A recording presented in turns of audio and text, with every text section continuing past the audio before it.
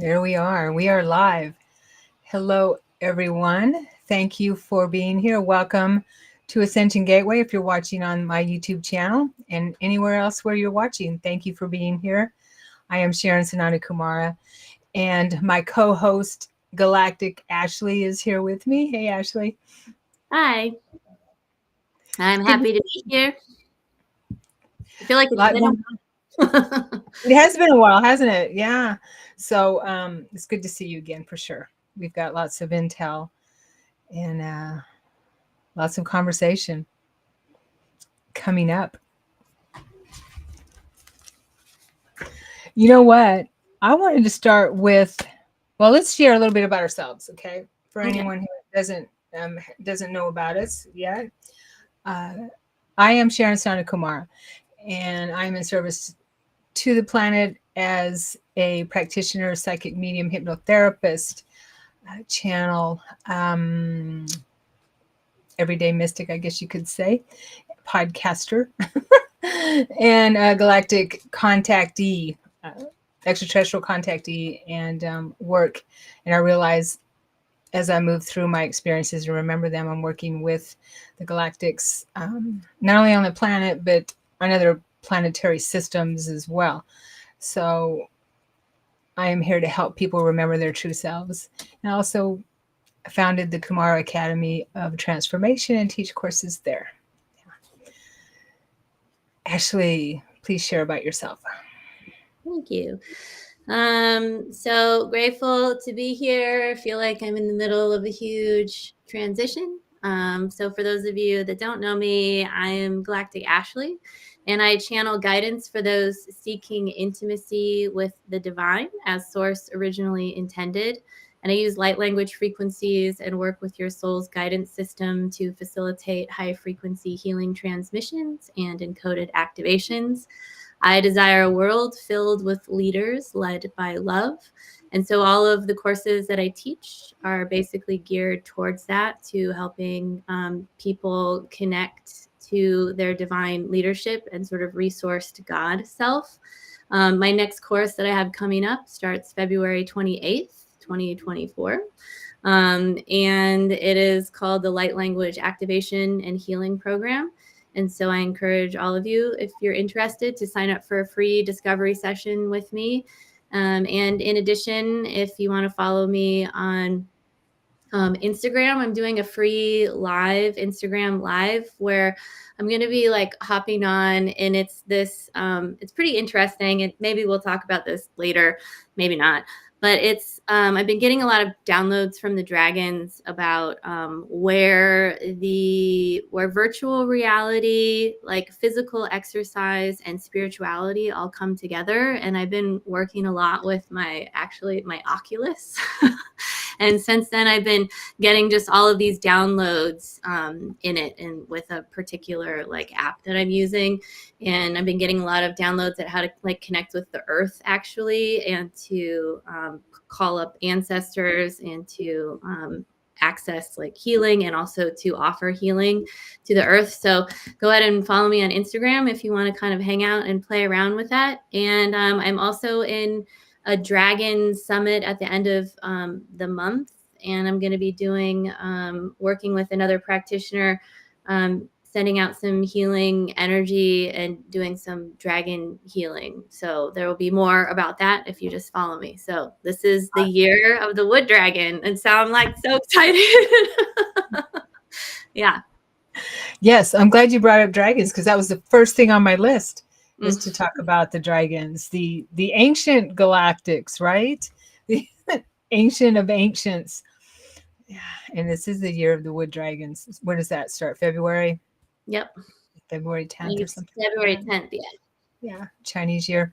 So I do have my cards out if anyone would like me to pull a card at the end of our program here for them and give some dragon wisdoms. I just got these cards and I love them. It's my first dragon deck of oracle cards. What's it called?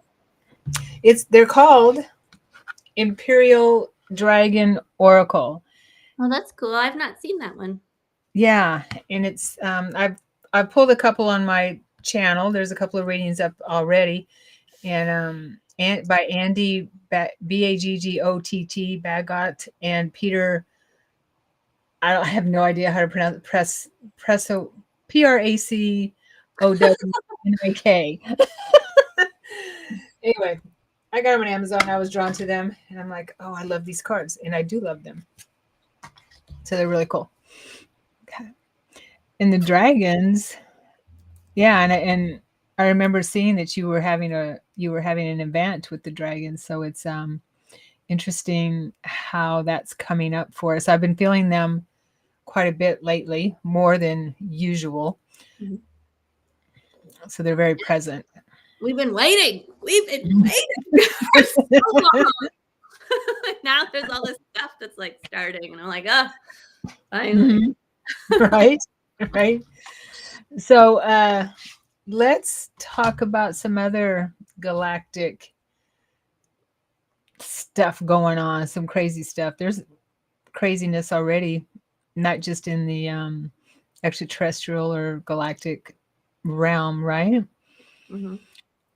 Recently, if you've heard about it, there's apparently was some Miami incident that was kind of crazy that went mainstream, where there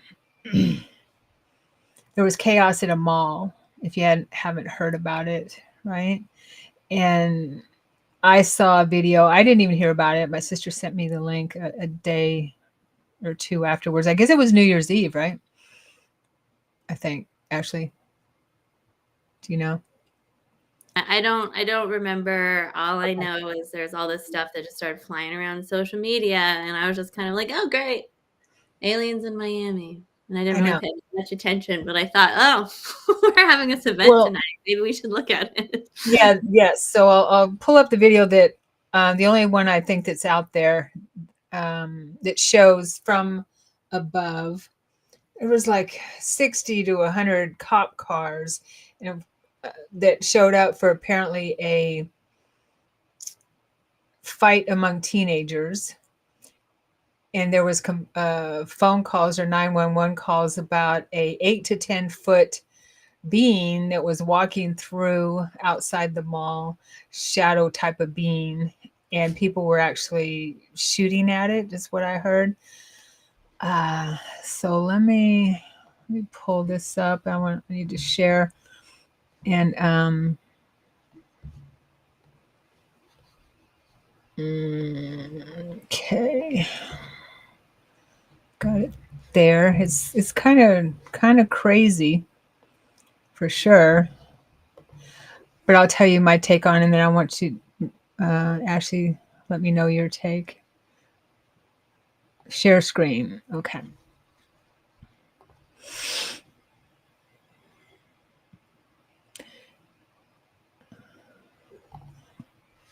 Can you see that?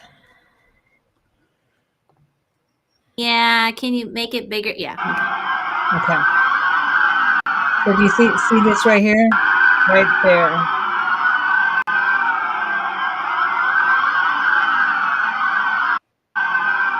And this is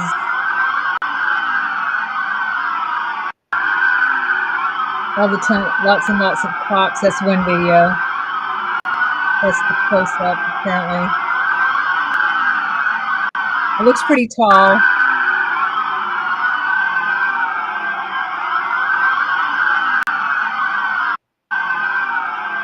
There it is right there.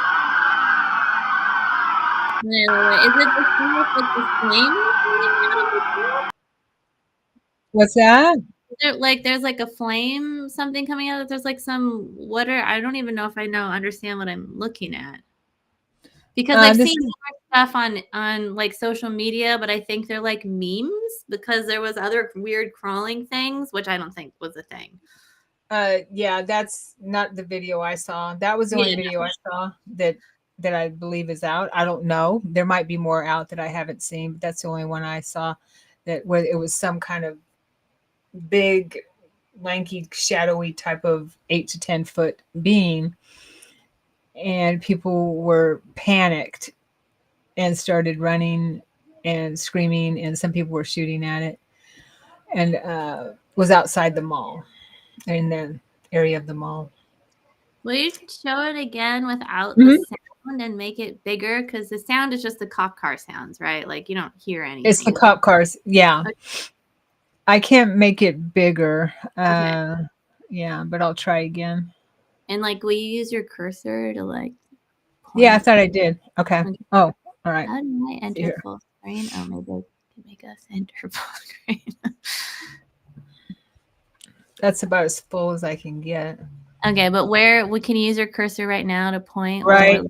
there. Oh, I was looking above it. Oh, okay. I'm sorry. No. Right there. Okay, Yeah. so that is a being of some sort, and people are shooting at it, like cops are shooting at it. No, apparently I heard that. Well, what I heard were people were shooting at it. Oh my Could have been god. cops too when they got there, but you can see the cars there. See right there. And here it is from above. And this is closer up. So you'd have to look it up if you want to see it clearly on your, anybody who wants to see it. It's weird right there. It's not good at all. But this one guy was saying, I mean, who was a witness, said that uh, you know, people were asking, why didn't people get videos of it? And he said, well, when you're in panic mode, you don't think about and you're running, you don't think about getting your phones out, which Well, I it's can just understand. interesting because the police haven't. They all have dash cams and chest cams and all kinds of stuff, and it's not like they're releasing any information. No, yeah, it's a strange one. My impression at first was that it was part of the negative ET alien invasion narrative that that's been talked about for a while, and that would be might be a next fear mongering type of tactic. And so that was my impression of it. What about you, Ashley? I mean, anytime something like this happens or anything like this, I like to sort of take a step back. Hold on. Yeah, I'm in work mode. Nothing should be dinging. Funny because I'm about to talk about distraction. Is like what is going on in the world? Genocide. We're like 97 days into like a massive genocide where like an entire population is being wiped off the planet. So let's say that it is negative alien agenda. This seems like a really good time to come in and to be like, hey, look over here. Because I feel like there was a lot of stuff kind of, going on in social media. There's a lot of support and protesting. And then around the holidays, some of that stuff started kind of like dying down. And I feel like there's a lot less people that are holding, and I'm going to say like civilians, like regular people sort of holding space for that. Obviously, like South Africa is like stepping up to help support and is bringing Israel like looking at what's going on and trying to get like laws instated, right? But as far as the rest of the population, like it feels like the attention span has sort of waned a lot. So if I were negative alien agenda, I would just be a distraction. Look over here, what's going on over there, and not really looking at what is actually going on. Because there's a lot of really, really dense, deep, really deep, dark energy that is going on in Gaza right now. So Yeah, it's been there for a long time. It's just now coming out. Right. There's a lot of negativity that's coming up to the surface, and it's part of the cleansing of the planet. It's part of the shift, the purge, whatever we want to call it, whatever's all of it is. So it has to come to the surface in order to be for light to be shown on it. Yeah, yeah, it's definitely just another distraction. All of it. Uh, so Yeah. Sandra here says he wasn't sure if it was interdimensional or what. Oh, there was there was an interviewer. Oh, The whoops. guy that saw it and said it was glitching out. Yeah, because it kind of does look like it's doing that. It made me wonder, like, how holographic was that? And then I was wondering about AI also, because have you ever seen, this doesn't feel like that, and I think that there was enough people that saw it, but um you can see AI stuff like in Yeah, real life, totally. like Well, doing things. Project Bluebeam. We already know about that. It's real. Project Bluebeam is real, and so yeah, it feels like a psyop to me. Does anybody else here listening have any thoughts on it? Because I'm curious. See, Sandra says I agree with you. I agree with you guys. Yeah, that it feels like a psyop. Um, is the way I understand Sandra saying that. Yeah. So yeah, um, that's one thing. I believe that there's more to come. I feel like there's more to come this year. This year is big happenings this year. Yeah, Sandra says she thought Bluebeam too. Yeah. Um, the first thing that comes to mind. We've been warned about it. So these people don't want us to know that there are benevolent extraterrestrials. They want us to be afraid of extraterrestrials. Some say the cops took cell phones. Oh, took from cell phones from people. Yeah, uh, yeah, I Wow. don't doubt it, and I believe that that guy's video. I think I saw that one that you're talking about, Sandra. Um, I believe his video was taken down, perhaps because that was right after it happened. If it's the one I'm thinking of, yeah. Um, so who knows? Use you you know, all we can do is use our intuition and know that this is something that could very well happen. It's all a psyop kind of thing. There's another.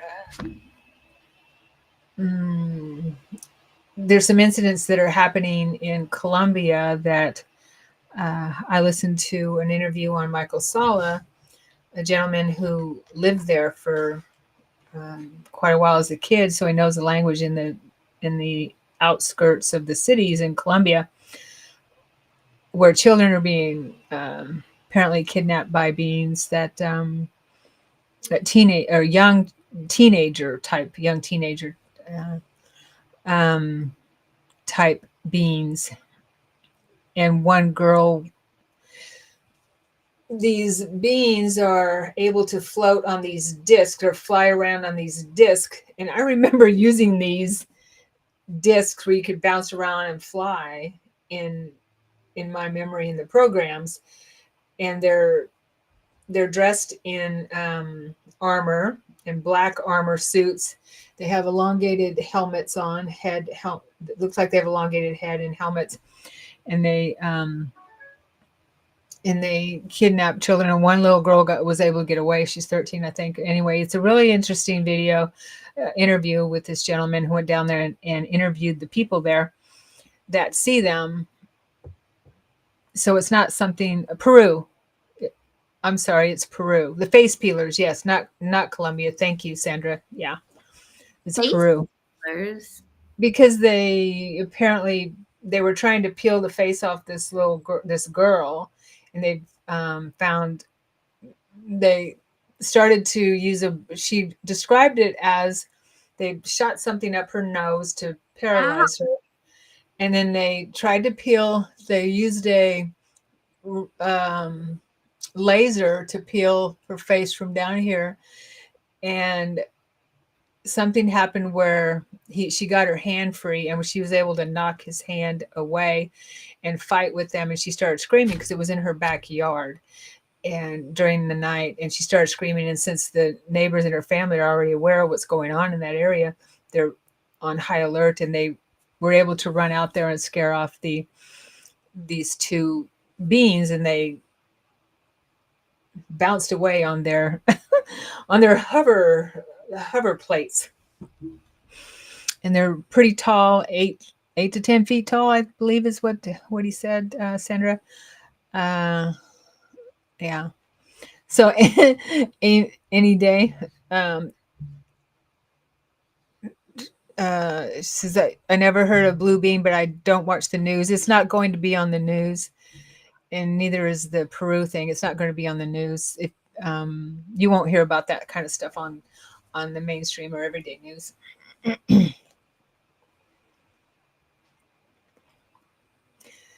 I would suggest, if you want to hear some intel in the galactic realm, to perhaps, and use your intuition with anyone, listen to Michael Salah. He's a university professor that started exopolitics, and he's been doing this for a very, very long time, gathering research. And he has that interview with the gentleman, and I don't have his name in front of me that he interviewed, but I could pull it up before we end. And also Lena Denon, who is someone who goes on the ships and has complete recall of it.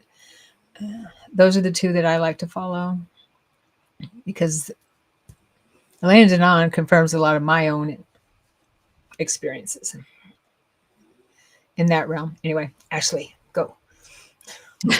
Ashley, go.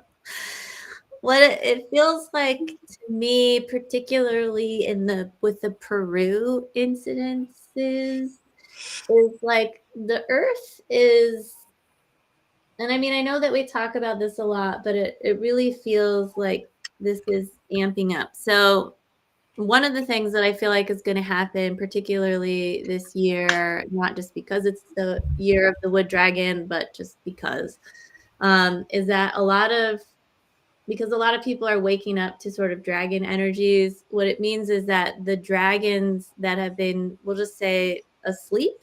So if you think about the earth and like mountains and just the energy of the earth, I really see a lot of dragons in there. So dragons that sort of make up ley lines, particularly parts of like the fractured, it's not like they're the fractured matrix, but they're like holding the original blueprint of Earth together.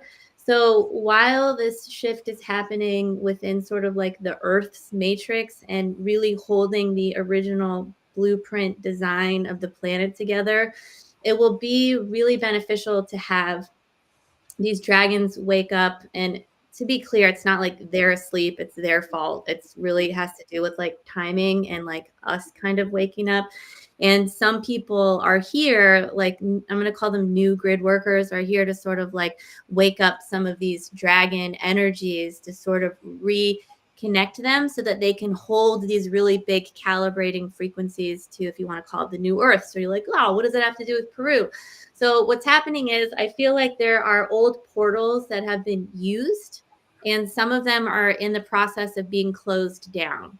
So these portals, I think that they can have lower vibrational energies come through them, which would be like these face peelers and these other energies that can sort of be accessed.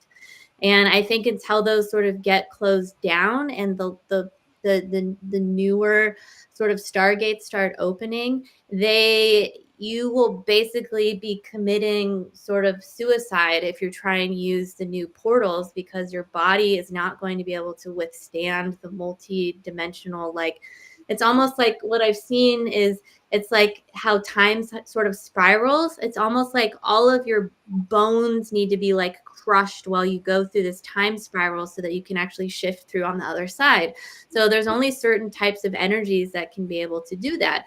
We will be able to do that at some point, but we're going to have to be able to like have a different kind of frequency in our body to be able to go through that.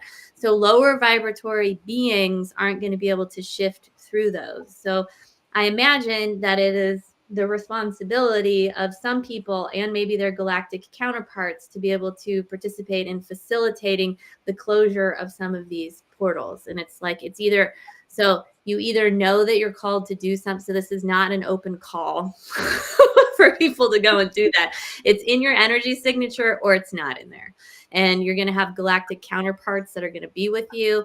And I imagine that it would, you know, it's going to take, you know, if that's what you're being called to do, to shut down some of these things. And it feels to me like, you know, if you think of like an aperture of like a camera lens, how like it is closing, it's going to take some time. I imagine that there's maybe some guardian energies that could be called and asked to go around there, but it's also like, it's kind of like there's a lot of free-for-all zones that are around. It also feels like, particularly, and this is what I saw about a month ago, and this is also something that I don't recommend, but I was shown a lot of what is going on in Palestine and in Gaza right now. And I was being taken to like the original blueprint underneath of what was going on. And these ancient women, and they were like these ancient weavers of like the Tatrees frequency of which is a Palestinian embroidery. We went down like really, really deep, sort of underground. And while on the way down, what I was seeing was that there were a lot of, what do you call it? Souls, but they weren't holograms, but they were fake, like, because there's so many light workers that I've sort of noticed that are like, oh, I'm going to go and heal all of these souls of these babies and these children and humans that have been sort of like exploding over there, right? But there was like fake ones that were basically drawing you in, and it felt very, very sticky to me. So it felt very clear that if you aren't somebody who in your signature is experienced beyond this lifetime of knowing how to like help facilitate healing souls or crossing them over, like you have no business over there, was basically the message while I was going down to do something else, because it's super sticky and there's so much dark energy that's waiting for a light worker or somebody to come in and sort of like, it's not a place to dilly-dally. So my point is there's a lot of darkness, and I'm going to use the word hologram, but it is not the right word, that is looking like one thing to sort of fake you out, kind of, so that you go and you get involved and you start putting your energy towards something, and it's actually drawing you in to take energy from you. And so there's a lot of things about discernment that are going on. So if you are somebody that works with like portals and gateways, maybe some even earth ones are going to be sort of shutting down. I would pay attention to what's showing up in your field and think about it as like an opportunity to really practice discernment in kind of what is going on, because there's a lot of stuff right now that looks like something and it's not what you think it is what Definitely. It feels. Definitely. Yeah. A lot. And maybe most of the stuff we see is not what we think it is or what we're being told, for sure. And particularly if you're somebody that's like been doing, like maybe you're a light worker, an energy healer, and you've been doing kind of like a similar process, I feel like people's processes are going to start shifting. Like, and that means the way in which you work is going to be different, because things that you're going to be healing out of people is going to be different. I was talking to somebody today, and we speak like the same language, and we're kind of joking, but not really joking. But the question is, like, people talk about manifestation, but the question really is, what needs to die in order for me to bring in this new thing that I want? Because something in you has to die. So the more death that all of us are willing to go to, remembering that we're really here and to die into more complex versions of ourselves. So the more that we're willing to do that, the more that we shift, which means that the healers out there are probably also going through a shift too. But the type of people that are going to be showing up to you are going to be having different issues than you've seen before. So wherever you feel in your own practice, whatever that looks like, whether you're healing plants or animals or whatever, wherever you find yourself experiencing maybe complacency, but you haven't identified it as complacency, or maybe even something that's habitual, even if it's like a positive thing, I would really examine that and ask maybe how might this need to change? What within my not even just like my frequency, but that's always a part of it, but what within my practice needs to shift? Because I feel like we're all being called forward to shift, and it's going to feel probably not so great and maybe terrible, because a lot of us have attached identity to maybe, like, if I'm pretending I'm Sharon, soul retrieval. It's not like she's going to stop doing soul retrieval, but the way that she does soul retrieval might completely shift. And we can attach to those things. I'm being asked to drop starseed stuff out, which I'm fine with, but there's a lot. It's not because I can't help starseeds or connect people to their galactic families, but there's other stuff. And the dragons are like, okay, like it's time for us to like sort of fully come in now. And you're going to start talking about God and the divine and these dragons in this bigger way, which they've always been there, kind of like holding this sort of starseed energy frequency, right? But I have to look at, oh, how is my identity like attached to, I don't know, Galactic Ashley or Starseed, anything? And it's not, but I really had to look at my relationship with the Galactics, because there was a lot of grief there that I had to kind of process. So some of you might really be having your beings shifting for you. Where is complacency in your life? I think there's like a lot of things to think about. And this is going to be a really pretty big, massive year. I don't know why, but they said that up until 2025, things are going to be pretty intense. But I think this is going to be a big one too. It's already intense. Yeah, it started out intense for sure. Yeah, well, it's going to be big going forward, I feel. Yeah, and we talked about that at our New Year's Day thingy event. Thank you, Ashley. Mm-hmm. Yeah, good stuff. On a lighter note, okay. That was like a very subdued. I didn't mean that. I meant this. That was like a mellow version of what I normally put out. I'm just kidding. That's funny. But on a lighter note, yes, Sharon? Well, we were talking about face peelers and, negative alien invasions, false negative alien invasions and lies and everything. And reality is not what you think it is, it's a good thing to know that and have discernment for sure. But so I've talked about this before, and I've actually had an experience where I believe that I was there. I know I was. That we are building the Earth Alliance with the Federation, the Galactic Federation of Planets is building a huge hub on the at a portal. Speaking of portals, a big portal at the outskirts of Jupiter, and so it's always been a really big hub for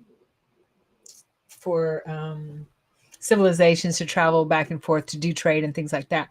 So apparently one of our star parents gave up one of their arcs in order to use as a hub, a space hub, which is a huge facility, a huge starship, a huge space arc.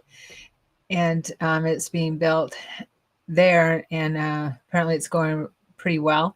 It's guarded. That portal is guarded, and that means that it's being used, or will be used, for trade, and is being used now for trade in a galactic way, and we are part of that, which is pretty huge. We're also building on the moon. There's articles on that.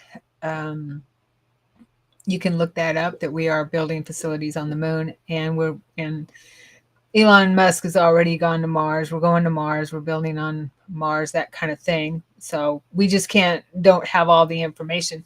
But my experience was, and I shared this in a video where I was, I don't call them out-of-body experiences anymore, at least these, at the reality shifts, where I was on a large starship. And I I'm walking through the starship, and I walk onto the bridge, and I ask who felt like a captain, I don't know, there was people sitting looking out the looking out a window, and I asked a man there, a male. He had blonde hair, short blonde hair, and I asked him if I could go with the landing party to where we were going. We had just docked with either another ship or a station. I asked if I could go, and he said, "Okay, yeah." I had to talk him into it for some reason, and he said, "Okay, you can go." And I said, "Thank you, Dad," which was crazy. And I could see myself So in. cool. I know, right? I know, and I could see myself the in the reflection of the window, and I saw me as Sharon, like overlaid over the young woman who was calling him Dad.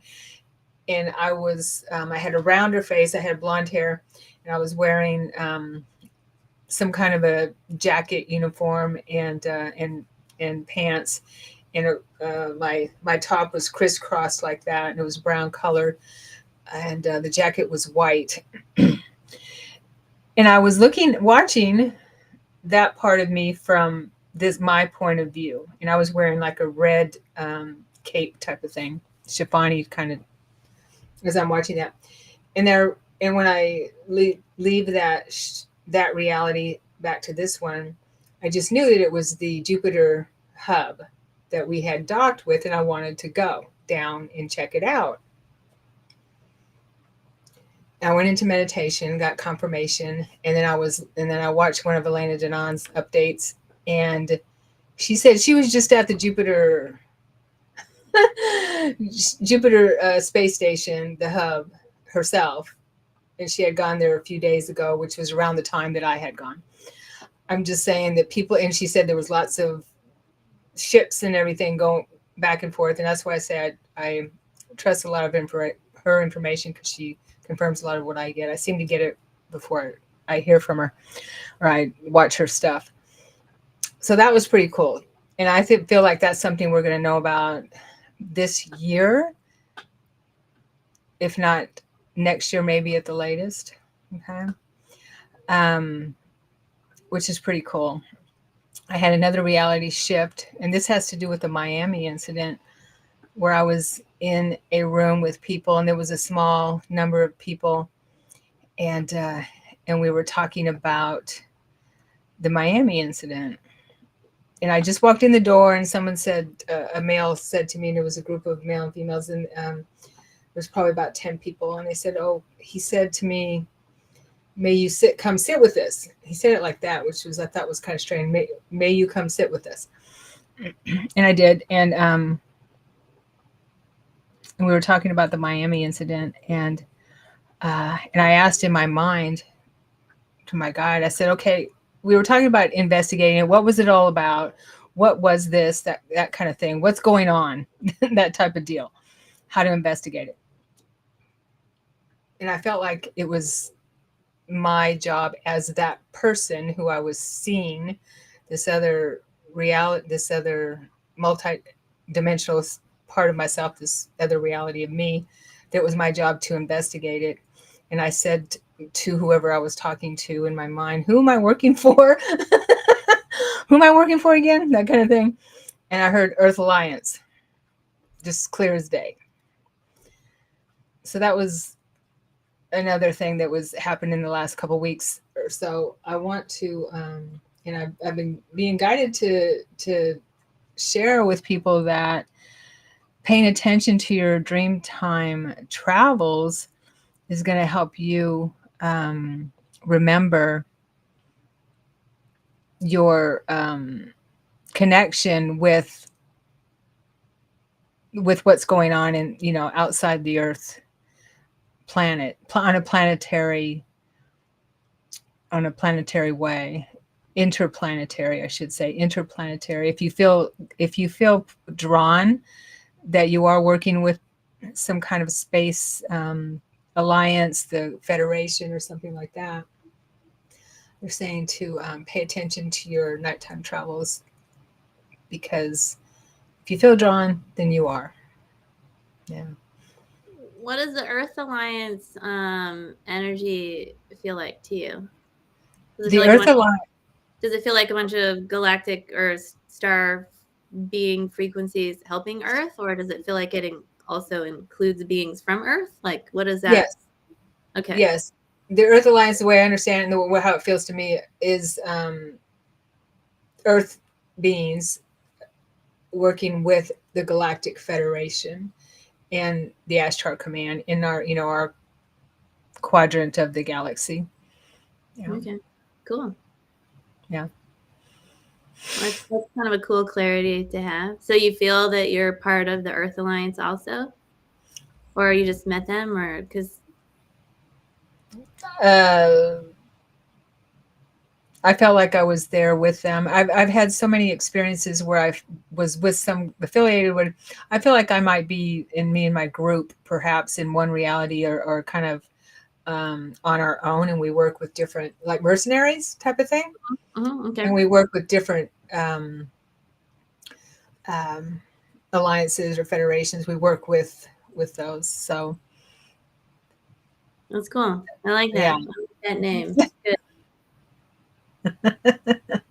So that was my feeling. That was my experience, and I was just nudged to share. Pay attention to your travels, nighttime travels, because that's where you'll remember and find out who you work with and where what you're doing and where you're going. Emissaries. Thanks, Sandra. Yeah. Mm-hmm. What happened in Miami? I mean, I saw some articles about it. Nothing felt true. Yeah, we were just talking about that, and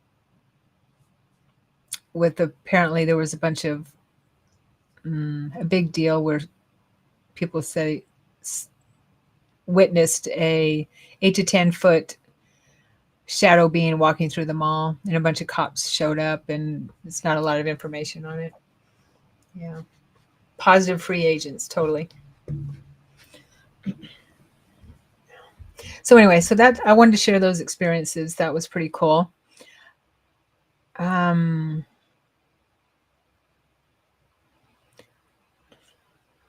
Disclosure. Where are we at with that? With the government? Found this article, which was interesting. I thought was cool. So I'll pull that up.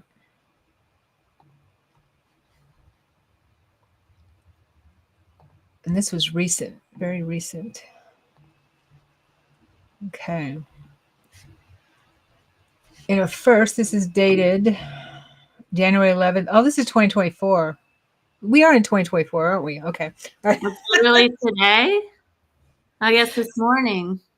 Updated, yeah. Civilian pilots could report UAP to FAA under proposed bill. Okay. The bipartisan legislation would enable commercial pilots and other airline employees to report UFO sightings to the FAA, which would share it with the Pentagon, which is, good news. At least they're not being fired or ridiculed for it, right? So pilots who witness crafts flying through the skies in unexplainable ways would be able to report the UFO sightings to the federal government under a House bill introduced Thursday. Okay. Hopefully that comes to pass. Comes months after House leaders heard testimony from military officers who described reports of mysterious objects outmaneuvering military jets.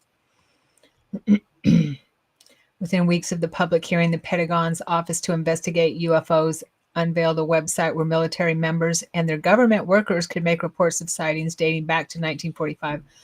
Oh, so that's really cool. But while the public can access declassified information about UFOs on the website, they're unable to make reports of their own. Okay, so it's just military.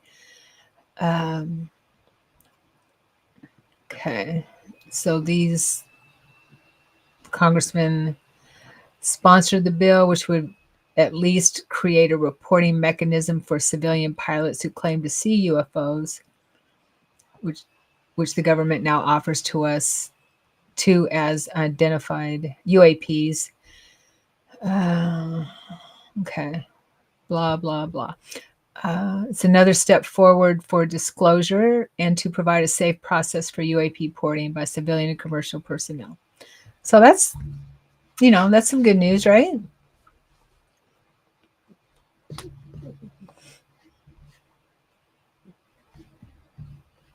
Yes.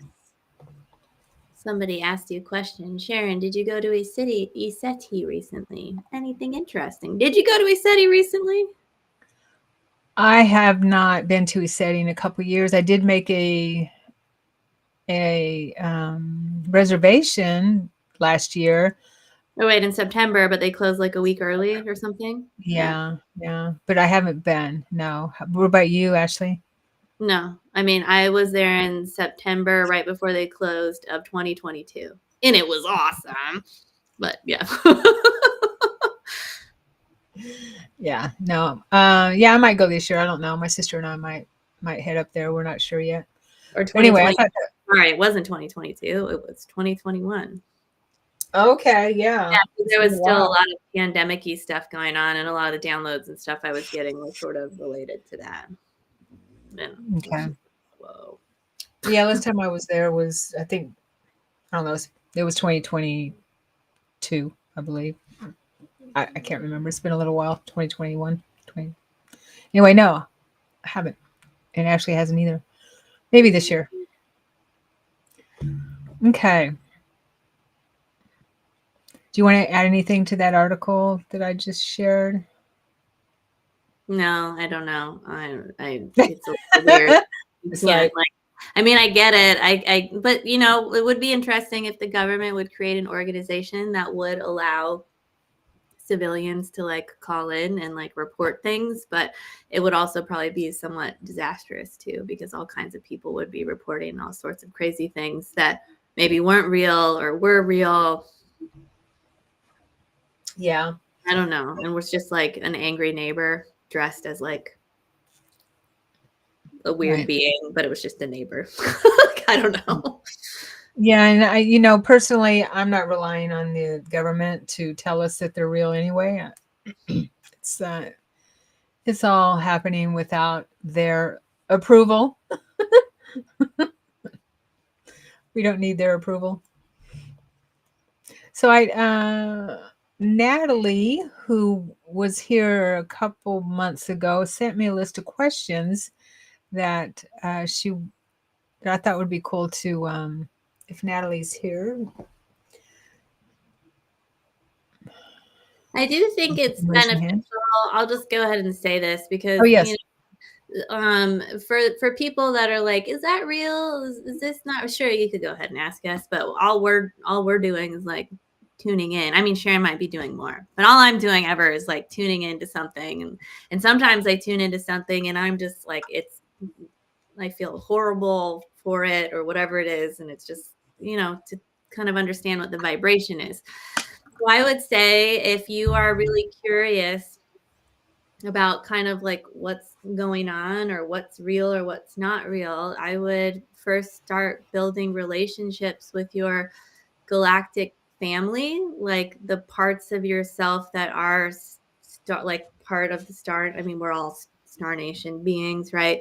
But like to start identifying, oh, this is a Syrian aspect of me or a Pleiadian aspect of me, and start like feeling into what those frequencies feel like, and maybe even some ET aspects of yourself. So that way, when you do sort of feel something like that or tune into something, or maybe you're walking down the street and it's not Miami, but it's Portland or Austin, Texas, I don't know, wherever they're deciding to show up, where there's like a large amount of people, then you'll be like, oh, that doesn't feel like anything that I have ever connected to. And that doesn't feel like anything that I want to connect to. Or, oh, I want to walk towards that being and jump in front of the bullets or something because the cops should not be harming this creature.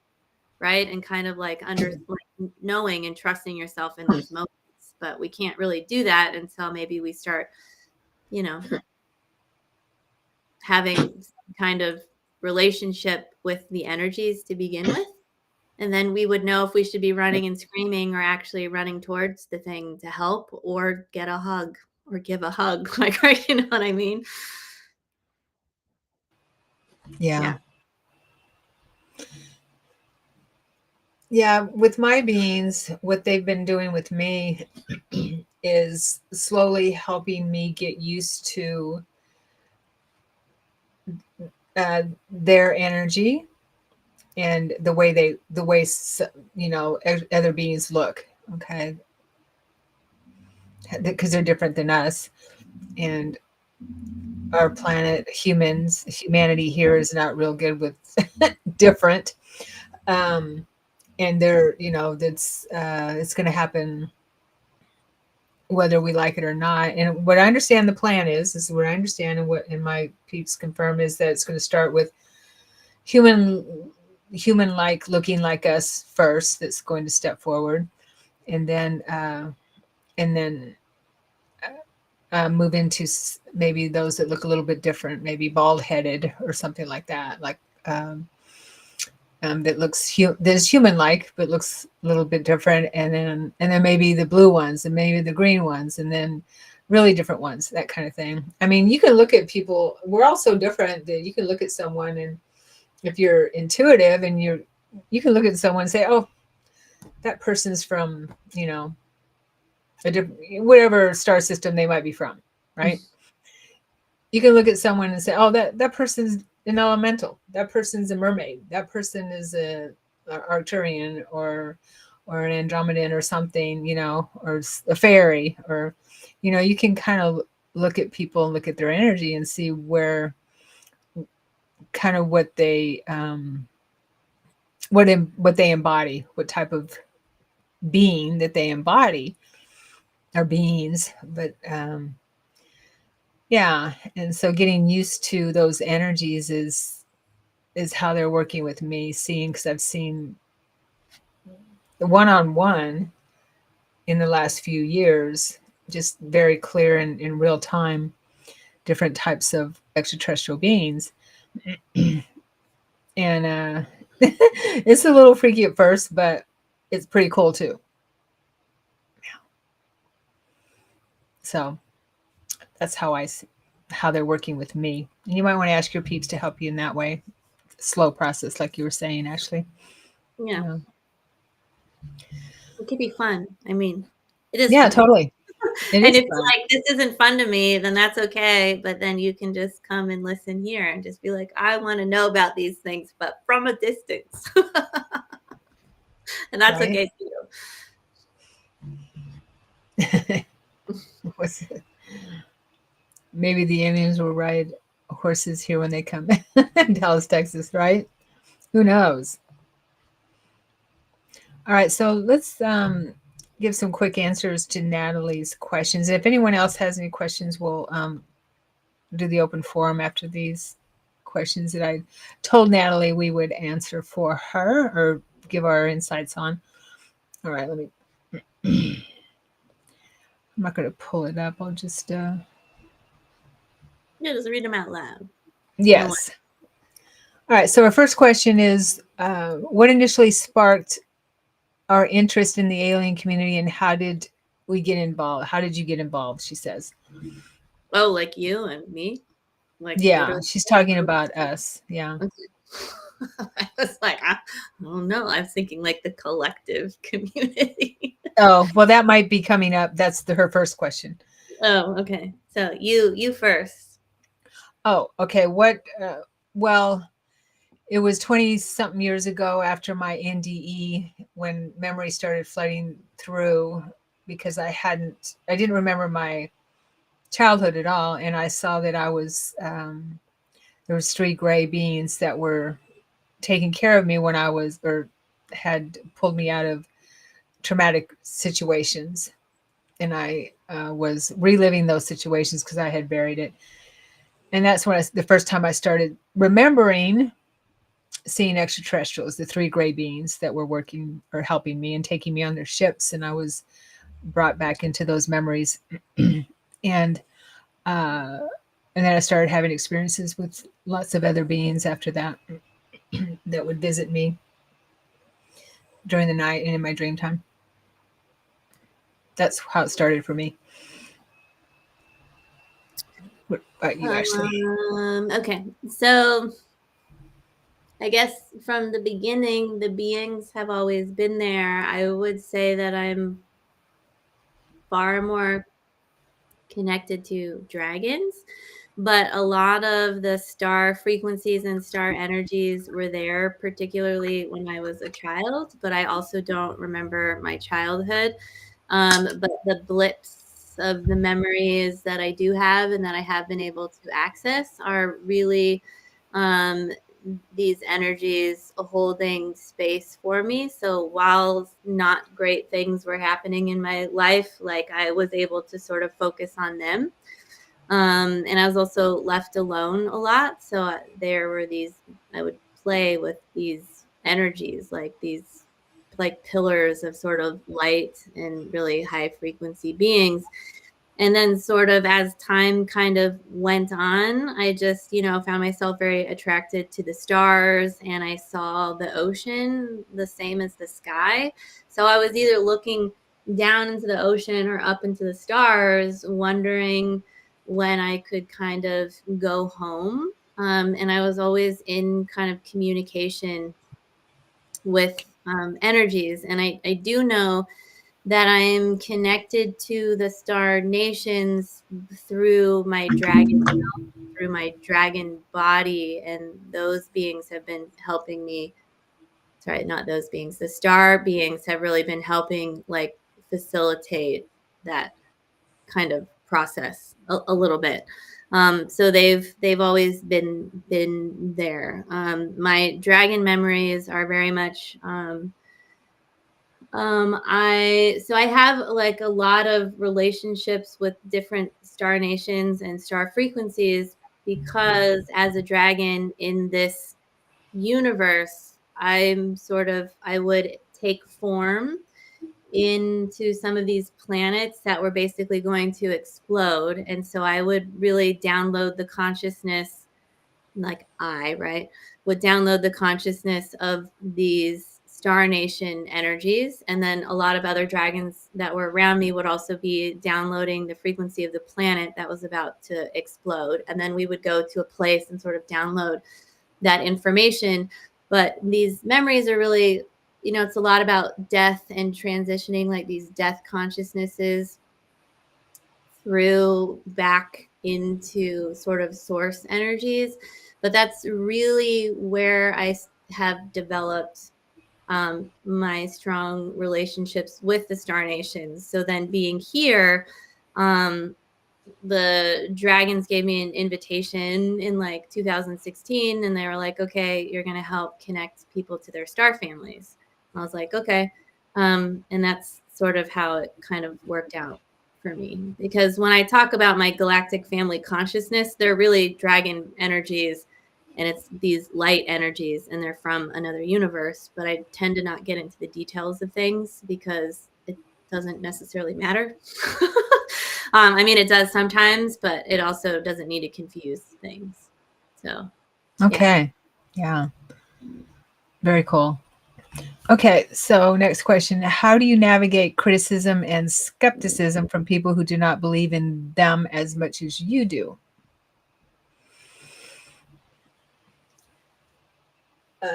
I can go first. Well, I'm to the point now where I don't care. It doesn't bother me anymore. I've gotten to that point in my life, but I understand that sometimes your family or your friends and stuff like that, if you're having experiences, might roll their eyes. Now, in the beginning, when I started having these experiences, there wasn't anyone that could relate in my family or in my peer group for sure. And so I basically kept it to myself and went through a quickening, and I only told my sister and she couldn't relate. So I am past that. I would say what got me to the point where I don't really, it doesn't bother me. I know that everyone has their own level of understanding and their own level of experience, and not everyone is going to be on the same page as you are. So what I did was I I sought out communities where I could talk to people about my experiences, and that wouldn't. And I also host a support group for people here locally, uh, and sometimes it's online, that have experiences they don't have anyone to talk to about it and share. And then you'll find out that you're not alone, and there's people having experiences that can be kind of similar too. So I would suggest definitely seeking some kind of a community or support group,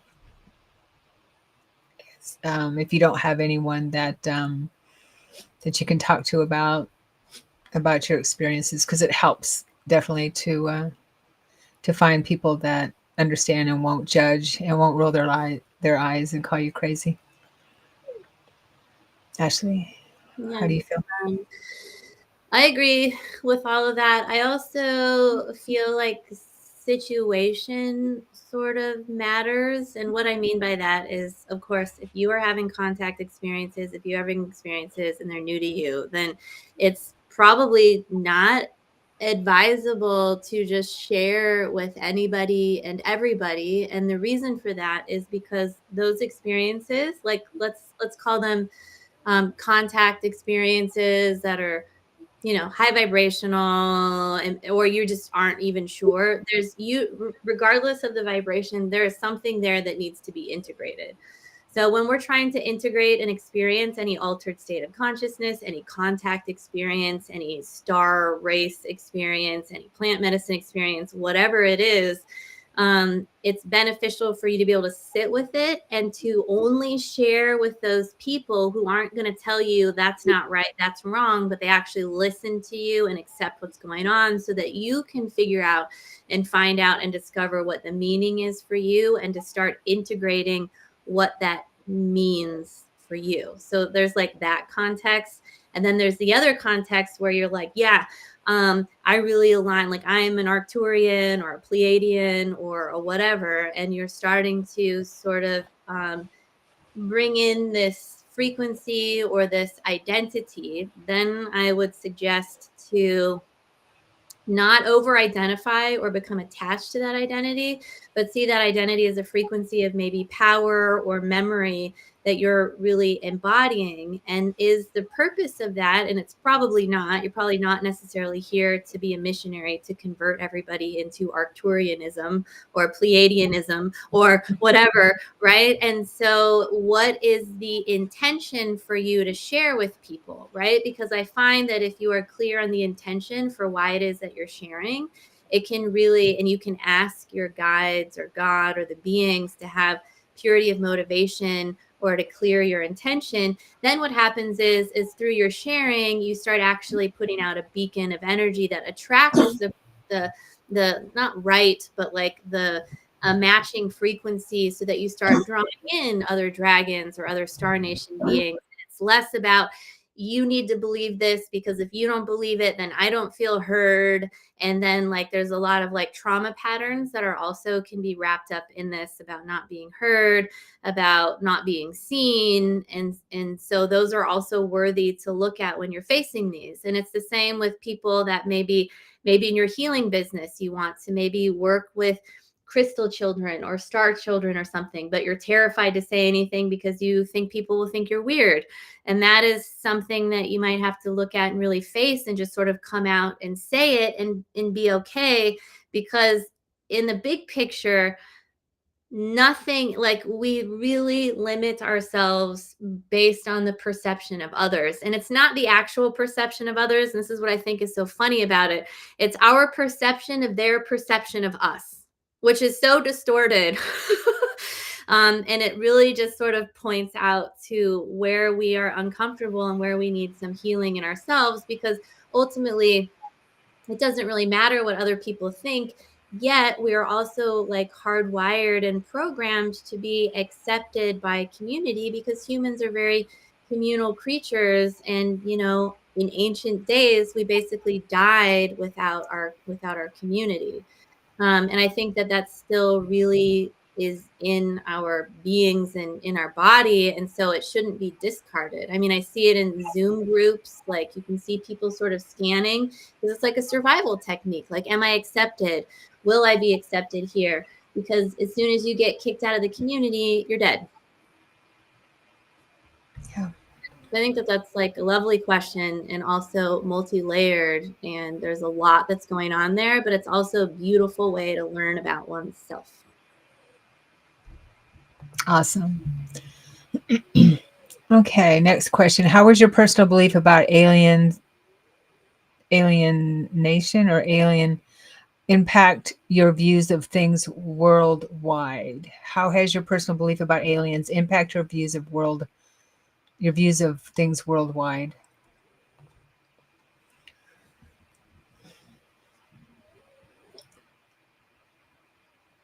Well, if I may go first, Yeah. it's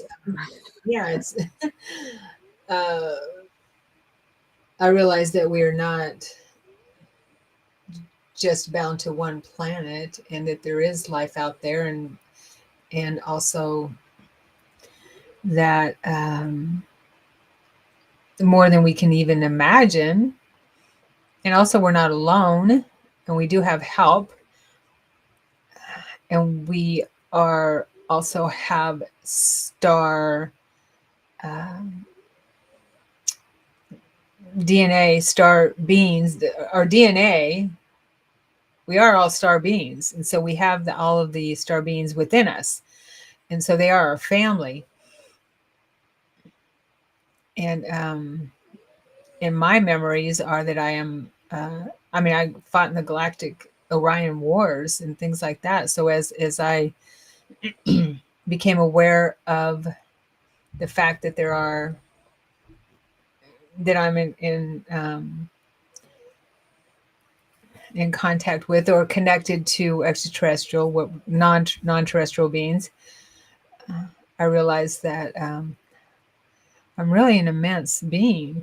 I'm multidimensional, multi-leveled, have many, many, many roles within the universe, and this is just one role. This human life is just one role, and so it helped expand my consciousness in a huge way, big time. Yeah.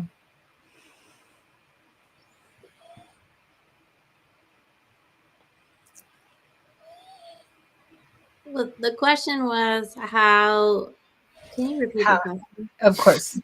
So I want to make sure that like I got it because it. How has your personal belief about aliens impact your views of things worldwide? Or maybe I didn't answer that the way the question was. No, I mean, I liked your answer. I think on a personal level, it's made life way better. But I think that maybe the question is also asking, I mean, I guess it's both, right? Because I think I think the naive version of me, particularly maybe when I was a lot younger, was like, oh, star beings are the best, right? But then you have to really take into account that there's negative versions of that, and then you're like, oh, what's going on there, and where are those attachments? And so I think for me, it just comes down to discernment. So I just don't assume that all reptilians are bad, all aliens are bad, and I think it's just sort of observing, compassionate observation. And I don't think I don't know. I prefer knowing and living in a multi-dimensional space than not. And that includes all of the things. And I would much rather have a world that is multi-dimensional, and that's always been my world. So it would be weird if dimensions started shutting down and things got really like 2D or 3D. Yeah. I guess that's it. So the openness of it, even though there's a lot of scary aspects involved in it, I would take the light and the dark over limited awareness any day. Yeah, totally.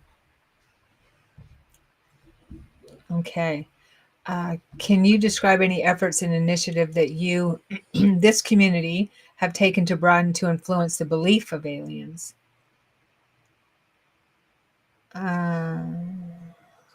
Oh, okay. Can you describe any efforts, an initiative that you or the slash this community have taken to broaden to influence the belief of aliens?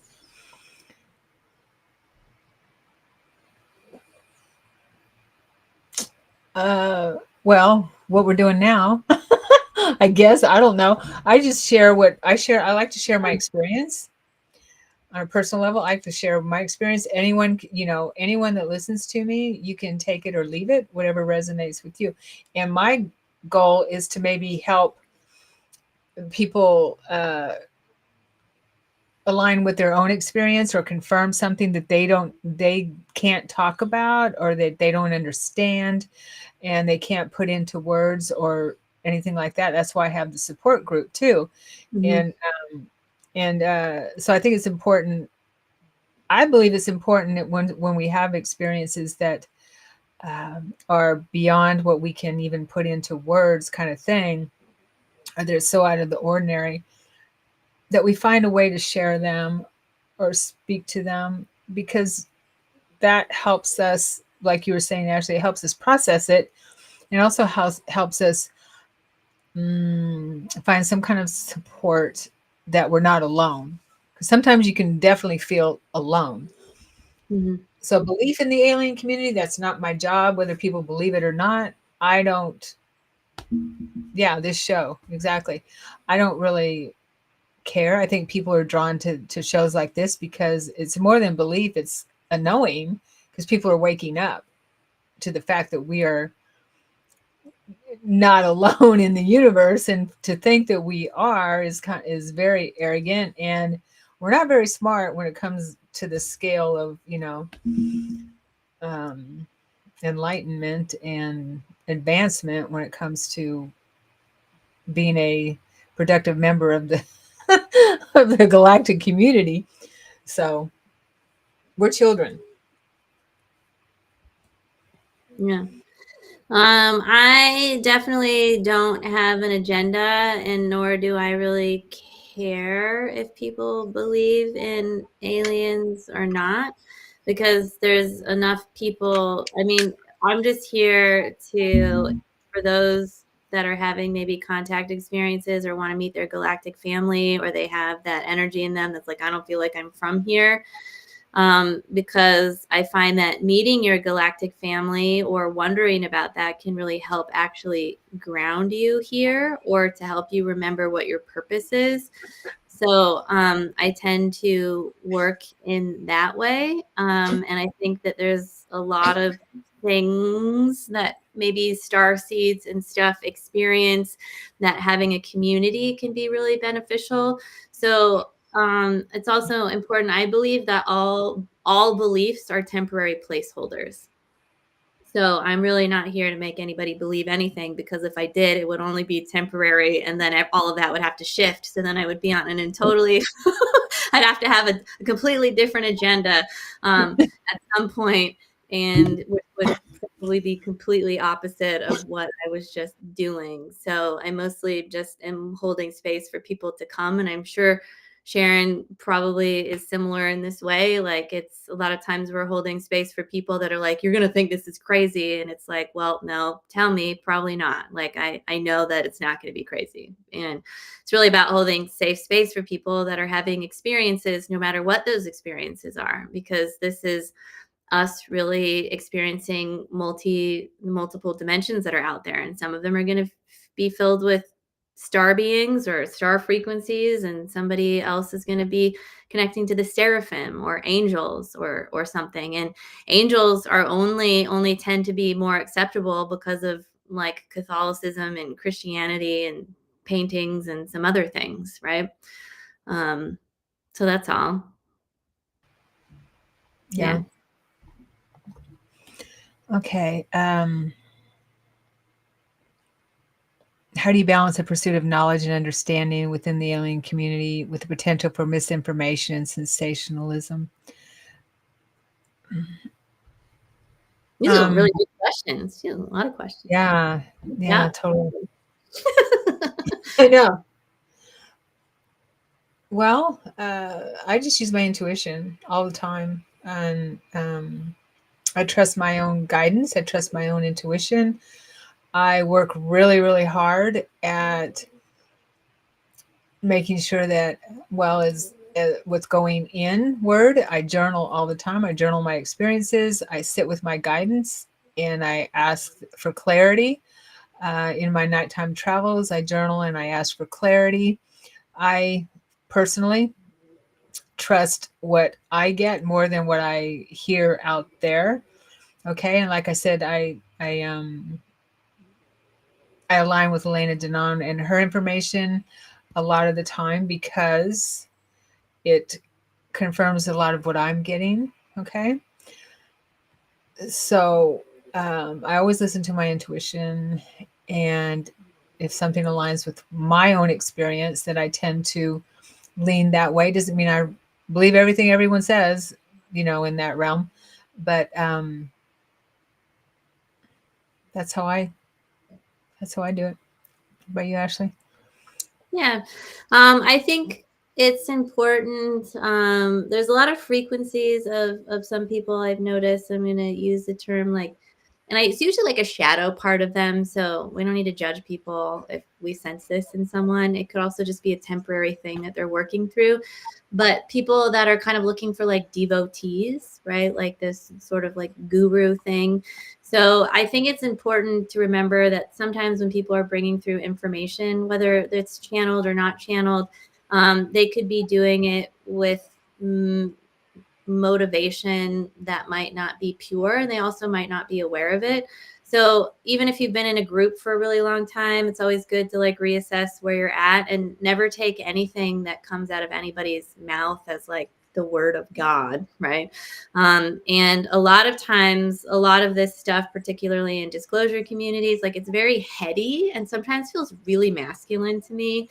There's a lot of men that are in the disclosure community in general. I feel like there's more men than women. I am a huge fan of Mary Rodwell. Like I love her so much. So it feels to me like a discernment. Again, we're back to discernment. And what does it feel like to you? And don't throw the baby out with the bathwater either. And just recognize that the person in front of you is human and they're doing the best that they can. And they also might be going through something at some point. And hopefully they snap out of it. And if they don't, then it might be time for you to like leave that group. And there's a lot of information out there. And I feel that some of that information is actually out there to wind you up and get you more in your head and can be like that fear porn energy. And so I think it's just like pay attention to your own central nervous system, because even if what you're looking at is let's just call it right or aligned, but it's really activating for you, it might be a time to take a step back. Because I also have had clients that have gotten like really into disclosure. And I've had a couple people that would schedule a 90-minute session with me and they're asking me all these disclosure things. But having a session with me is really about you and what's going on with you. And so the beings always do a really wonderful job of bringing it back to the person and actually really taking apart why this person is asking these questions. And usually it's because they're wanting the person. Sometimes they'll say, okay, you can only spend 25% of your time on disclosure because it's becoming a huge distraction. It's really stressing you out. It's winding you up and getting you in your head. And by the way, you're avoiding all of these other things in your life that really do need your attention, that need you to kind of like be more grounded. So I would really maybe track your central nervous system when you're looking at things, and you might have to take a step back sometimes, and then you might have to come back to it and then see if it resonates and aligns. And if you're somebody that's really passionate about this stuff, that's great, but still track your nervous system, because and just check yourself and sort of like tune in. And sometimes letting your heart really lead the way can be really beneficial, because a lot of this stuff is super heady sometimes. At least it's presented that way. That's what it feels like to me. That's that's one of the things I believe that I love about Elena Denon is she's a woman and she has all this information that has been confirmed by outside sources like the Pentagon and things like that, and she describes these things, an earthquake on Mars, and then a couple weeks later NASA reports an earthquake on Mars, that kind of stuff. Yeah, it's So, awesome. but she's a woman, and so Mhm. people aren't, they're not going to talk to her about it, unfortunately. But yeah, she's got great stuff. So the Galactics have always told me, and I know you know this, you say this too, Ashley, is to always discern what's, go within, and like you said, pay attention to your nervous system and go within, and what resonates with you always. Okay. And it's also important, it's also important to remember that what doesn't resonate for you today might resonate for you next month or in a year. And the reverse is also true. So sometimes you might be told not to look at something because maybe you're not ready for it. And that doesn't mean that like you're not good enough for it, but it's like really for your own benefit. And then later it makes sense. And then, sometimes your body, like every time, and now I guess I know more why, but every time David Wilcock would talk, I would like immediately fall asleep. I'm like, I can't even listen to this guy. Like, and I would try. I love him. I know, but I would totally like fall asleep. And I'm like, what's going on? And I think there's some stuff that's like going on with him lately. And definitely whenever Corey Good would talk, I was just like, I can't. I feel like it just took a massive, like, I can't even watch this. So I think it's like worth paying attention to whatever your body is telling you, and just don't worry about it. Like you can get curious about it, right? Without judgment, get curious about what's going on. Yeah. I love David Wilcock. Now I never listened to Corey Good when he first came out. I wasn't aware of him. I just became aware of David Wilcock's stuff in the last 2-3 years, I guess. But I think he's really has a lot of information, good information. That's me. Yeah, I don't fall asleep. Still love each other, and I'm not really a David Wilcox fan, so it's fine. That's it's okay. really not That's all right.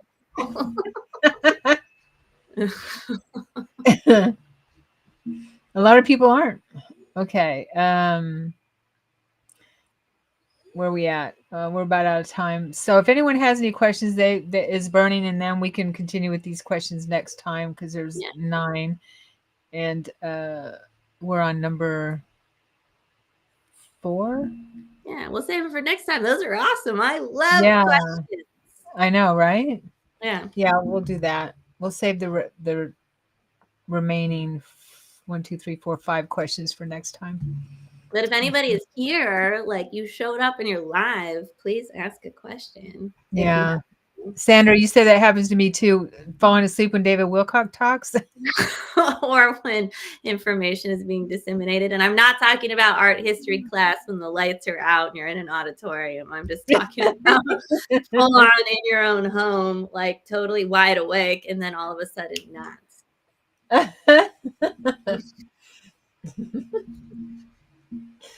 Yeah. Not in like the good way either, right? Like maybe you go to one of Sharon's events or you listen to me do a transmission and you click out. That's different. This is like something else. And I also just didn't feel comfortable falling asleep on the couch with having this stuff coming at me too. So I don't know. Good. There's another David Wilcock. Oh, good. Lori loves David Wilcock. Yeah, me too.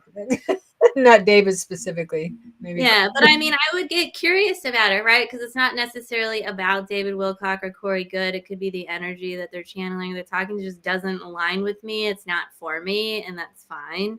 But if pay attention to what you're getting knocked out about, because maybe it's not for you, or maybe there's something there that like is trying to become conscious and it's not. I don't know. It's just, that's when I would start doing the practice of what I call soul inquiry, which is just asking a lot of questions and being open about receiving information over time. Yeah, that's a good point, because there's resistance there. I find resistance something that I might be resistant to information or anything like that. And for instance, the series The Chosen, my friend told me about it last year, and being the Jesus Yeshua freak I am, why wouldn't I want to watch it, right? Because it's about that Jesus and his disciples. And she said it's really good, and Mary Magdalene has a really strong role in it. And it's really good. You should watch it. I'm like, oh, I don't know, okay. And because I seen other series of Yeshua Jesus, and it just didn't like, man, I don't know, I'm just not feeling it, you know. Well, synchronicity started happening. The Chosen showed up for me on my feed, and I'm like, all right, I'll watch it. And now I'm hooked, and I cry in every freaking show. And I've shared this on here before. I cry with recognition of him, and he's bringing through that energy and God's love in every show. And I've gone through the series 4 times. I still get that energy through it, and I was resistant to it in the beginning. So things like that can happen too. Right. And that's like heart opening and grief and like moving a lot of energy. So Totally. I would wonder, I think your name is Sandra or SR, like, so I'm just Sandra. gonna say this, that like if when you're with that person or tuning into them, like, do you feel safe with them? Because I know in my courses I've had a lot of people that for every transmission and every session they immediately go away, and for some of them it took almost like 13 classes for them to be able to stay awake. And so what's happening in that case is very different, right? Because everything we're talking about has the intention of divinity, divine love, like transmit. It's all like high vibrational stuff that's sort of getting dropped in. People are just getting really deep work done on them until they can sort of manage or be in the frequencies sort of more awake. And it's not a judgment, just there's deep healing that happens, right? And so we kind of joke about it in my classes, but some people will listen to the recording later and they'll be like, I can't stay awake, and they'll set intentions to stay awake, but their beings really come in and just knock them out and work on them, and sometimes it's just easier. So like there's a lot of different reasons as to why we might fall asleep or click out or whatever. And to me, you know, if it's you're clicking out is because when it starts, when the person starts talking, like if I'm talking and I start it, and then when it's over, I'm like, okay, start feeling your fingers and toes and start coming back. And you might not hear, you've heard nothing except for that last part, right? That's like a clicking out and your beings are working on you, which is different. So, yeah. Yeah, I get that too sometimes, people Yeah. in my classes. And I know it's a clicking out type of thing and release. And a lot of times you start yawning a lot Mm-hmm. uh, during those types of transmissions. And that's a release. Yeah. Mm-hmm. Yeah. I'm so glad you Totally. watched The Chosen. Good job. I'm not being sarcastic. I just know that sometimes for you, you don't want to cry so much. From what Yeah. you know, No. or maybe don't Yeah. know anymore. Yeah. Well, no, not. I don't cry that often. Yeah. But that's a different kind of. That's a heart. Yeah. That's my Just favorite. I know, But right? it's also it's super intense. So yeah. Very intense. I love it. And every show, still after seeing it for, I think I'm on the fifth round for each one. Have you seen it, Ashley? No, but maybe I should since we're talking about it. I highly recommend it. The Yeshua doesn't appear until the first episode at the end, but it's good stuff. Definitely. Okay. So Sandra says she feels safe with Matt Kahn. So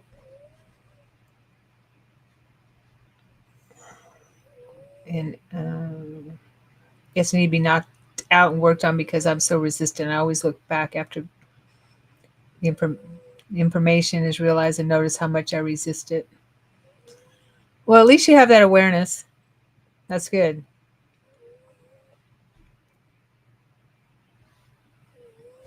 Totally. We all have resistance to something. Awareness is Yeah, always also resistance is not a bad thing. I think that a lot of times people or the collective we talk about as this bad thing, like I should be totally open. And what the beings always remind me of, particularly like earth energies, is the reason why we hear leaves rustling, which is this beautiful, lovely sound, is because the trees are resisting the wind. It's not a bad thing. And the way in which you resist can actually be titrating your body, which I believe part of what is important is for us to build trust with our body and our nervous system and really draw up the wisdom of our body, which is 100,000% multidimensional and can give you fastest access to all lifetimes that you have ever lived through all space and time exists within our cellular structure. So the more that you're able to um, basically connect to your body and then allow trust in your body to develop, then you can be like, yeah, I'm resisting this. And there is resistance that is here. You don't even have to say I am resistant, just because this is what the beings say with clients and stuff. They'll be like, oh, there's resistance here. And it's like, yeah, let's look at that. Maybe you're just being asked to be a little more courageous and to be more willing. And maybe you're not trying to re-traumatize yourself, because we experience trauma when something happens too much or too fast, right? Particularly. So that's how we get overwhelmed. So we can trust that your body might be resisting something so that things are actually titrating into your system, which allows you to actually integrate what's going on and not re-traumatize yourself. So resistance is not always a bad thing. Right, I just had to say that. That's my resistance soapbox. So I would Get off the soapbox. I would suggest, if anyone wants to start connecting to the galactic community, I would suggest the book The Custodians by Dolores Cannon and the Convoluted Universe series. It's a really good introduction, I believe, to the star beings that yeah. And also Elena Danon's the Cedars is really good too. It's kind of more up to date, but Dolores Cannon has a great series there. And the first one of the series is The Custodians, if anyone's interested. Mm-hmm. Yeah, good stuff. Have you read her series, Ashley? No, but I had the books on my shelf for a while. Like I looked at them and I absorbed them. You osmosis. You read them by osmosis. Yeah, some I have things lots I of books like that. Yeah. I did watch some of her stuff, and I did do a lot of research at one point about her QHHT, and I was like, yeah, like I had like enough of the understanding, but I didn't feel like I needed to go into it. What I do like doing though is I don't know if I think she might have some, is I like watching her and other people put QHHT things online, and I love watching people. I think there's a woman, I think her name is Alba Wyman, and she's on YouTube. There was a period maybe like 6 years ago where I would go to her YouTube page and I would watch these like hour 2 hour long things where people were under, and I would only watch the ones where like she was connecting to people were connecting to their higher selves, which were like way more galactic, because it's just like fascinating. Yeah. And really anything Mary Rodwell wrote, I've read almost all of that, just because her work is really fascinating to me too. She works with kids and ADHD and the neurodivergent, and so I am also that, and so I've found it very interesting. Nice. Okay. Yeah, Sandra loves Dolores Cannon. Good. Yeah, good stuff. That's kind of what got me also started with connecting with my galactics, moving from the gray beans, being aware of the gray beans, to the more galactic family, was reading her book, The Custodians. It broke me wide open, and I bawled like a baby in that book. And I mean, I was triggered left and right in good ways, but some of them were like a little bit anxious types of experiences too. But it was opening me up to those energies. Yeah. Okay. You recently discovered Suzanne Spooner. Oh yeah, um, yeah. I've heard her interviews, a couple of her interviews. She's got good stuff too. Yeah. All right, Yeah. peeps. So our Galactic Star Seed Star Nation peeps, thank you for being here. Thank you for being here, Ashley. Yeah, thank you. It was fun. Happy 2024. Happy January. Happy year of the Wood Dragon. And Mhm. we'll get to see you all next month. That's right. Yeah. All right. Bye bye, everyone.